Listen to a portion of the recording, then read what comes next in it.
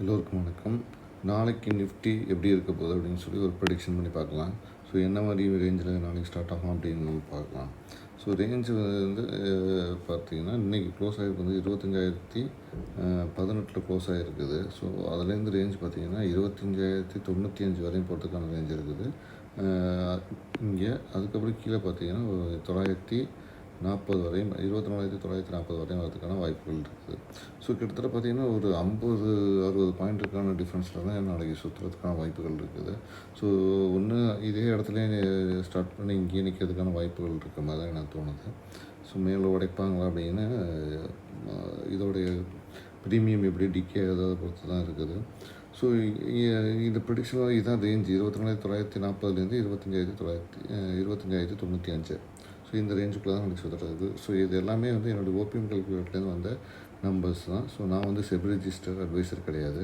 இது வந்து full and full paper trading தான் பண்ணி போகிறேன், நாட் ரியல் ட்ரேடிங். அவருக்கு ரெக்கமெண்டேஷன் கிடையாது. ஜஸ்ட்டு இது வந்து ஒரு ப்ரிடிக்ஷன் இருக்குது, அதை வந்து பேப்பர் ட்ரேடிங் பண்ணி பார்க்கணும். ஸோ இதுதான் முக்கியமானது. இதில் எப்படி லாபமாக நஷ்டமாகாத ஆப்ஷன்ஸ் அப்படிங்கிறதுக்காக தான். ஓகேங்களா. ஸோ இப்போ இந்த ரேஞ்ச் நமக்கு கிடச்சனால நாளைக்கு ப்ரீமியமும் இதுக்குள்ளே தான் இருக்க மாதிரி எனக்கு தோணுது.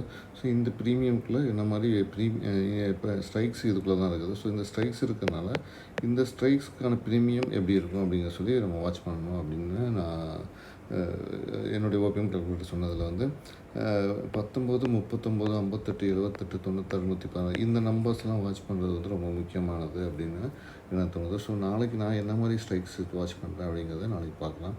ஸோ இதுதான் வந்து நாளைக்கான ப்ரெடிக்ஷனு. ஸோ இந்த ரேஞ்சிலேருந்து நாளைக்கு எப்படி மூவ் ஆகுது அப்படின்னு பார்க்கலாம். ஒன்று ஹெவி மூவ் எடுத்து மேலே போகலாம், இல்லைன்னா இந்த இடத்துலையே நிற்கலாம், இல்லைன்னா கீழே வரலாம். ஓகேங்களா. கீழே வரும்போது சின்ன இதில் லெவலில் தான் பண்ணுவாங்க. பட் எனக்கு தெரிஞ்சு வந்து இன்றைக்கி காலை டிகே பண்ணியிருக்கிறாங்க. ஸோ ஏன்னா அந்த இடத்துல நின்றனால காலை மட்டும் டிகே பண்ணியிருக்காங்க. நாளைக்கு புட்டு டிகே பண்ணுறாங்களா அப்படிங்கிறது நாளைக்கு தான் தெரியும். ஸோ ஏன்னா அடுத்த நாள் வந்து எக்ஸ்பைரி இருக்கிறனால ஒரு சின்ன புட்டில் ஒரு சின்ன ஏற்றிட்டு திருப்பி கீழே இறக்கிட்டு எக்ஸ்பைரியில் வந்து காலை ஏற்றலாம் அப்படின்னு எனக்கு தோணுது. ஸோ பார்க்கலாம் எப்படி போகுதுன்னு. ஸோ இது ரொம்ப கேர்ஃபுல்லாக ஹேண்டில் பண்ணுங்கள். அப்போ தான் உங்களுக்கு வந்து இதோடைய இது தெரியும், டெப்த்து. ஸோ இதெல்லாம் வாட்ச் பண்ணி பாருங்கள், இந்த ப்ரீமியம் ஸ்ட்ரைக்ஸ்லாம். ஸோ இந்த வீடியோ உங்களுக்கு பிடிச்சிருந்துச்சுன்னா லைக் பண்ணுங்கள், கமெண்ட் பண்ணுங்கள், ஷேர் பண்ணுங்கள்.